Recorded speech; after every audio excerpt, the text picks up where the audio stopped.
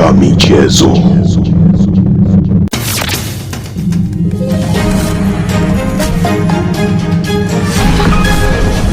Ngome ya michezo.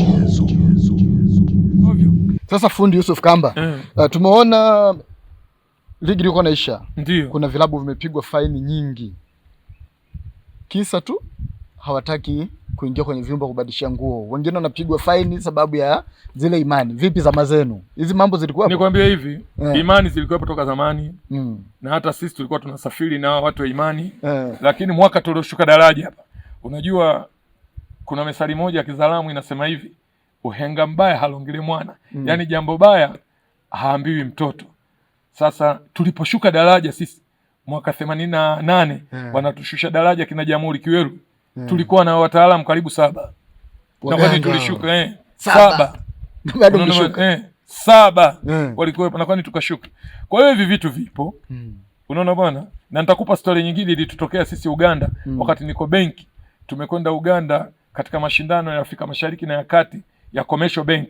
KCB ya Kenya, UCB ya Uganda na NBC ya Tanzania. Unaona tumekwenda Uganda hivi na hicho ninachoniuliza kilitokea. Unaona tulikuwa na kocha mmoja anaitwa Mansuri Magram.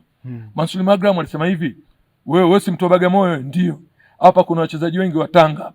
Sasa nenda jikoni, lakini vitu unajua tunavieleza. Unaona bwana, sio sehemu yake nzuri.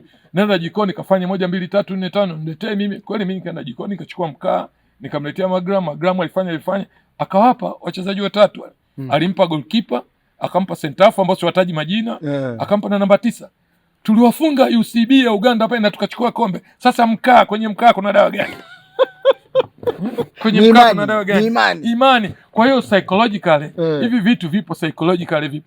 Una siku moja tuko Tanga tunacheza na Coast. Unaona na mtaalamu wetu huyo. Unaona bwana? Alifanya mambo kufanya akaniambia wewe ni Muislamu ndio. Sasa wewe leo ndio utakaifanya timu ishinde au isishinde. Akafanya alivyofanya na ni kweli mimi nikawafunga goli Coast dakika 87.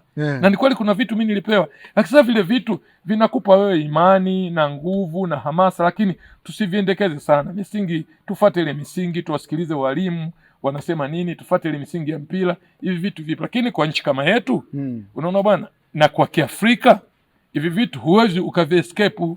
Kwa hiyo vipo. Kwa hiyo tuviache viendelee, lakini tuwasisitize walimu wetu unaona kwenda katika ile misingi bora ya mpira.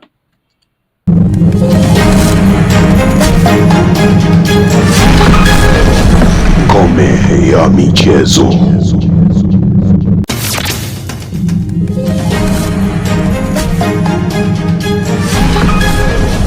Ngome ya michezo.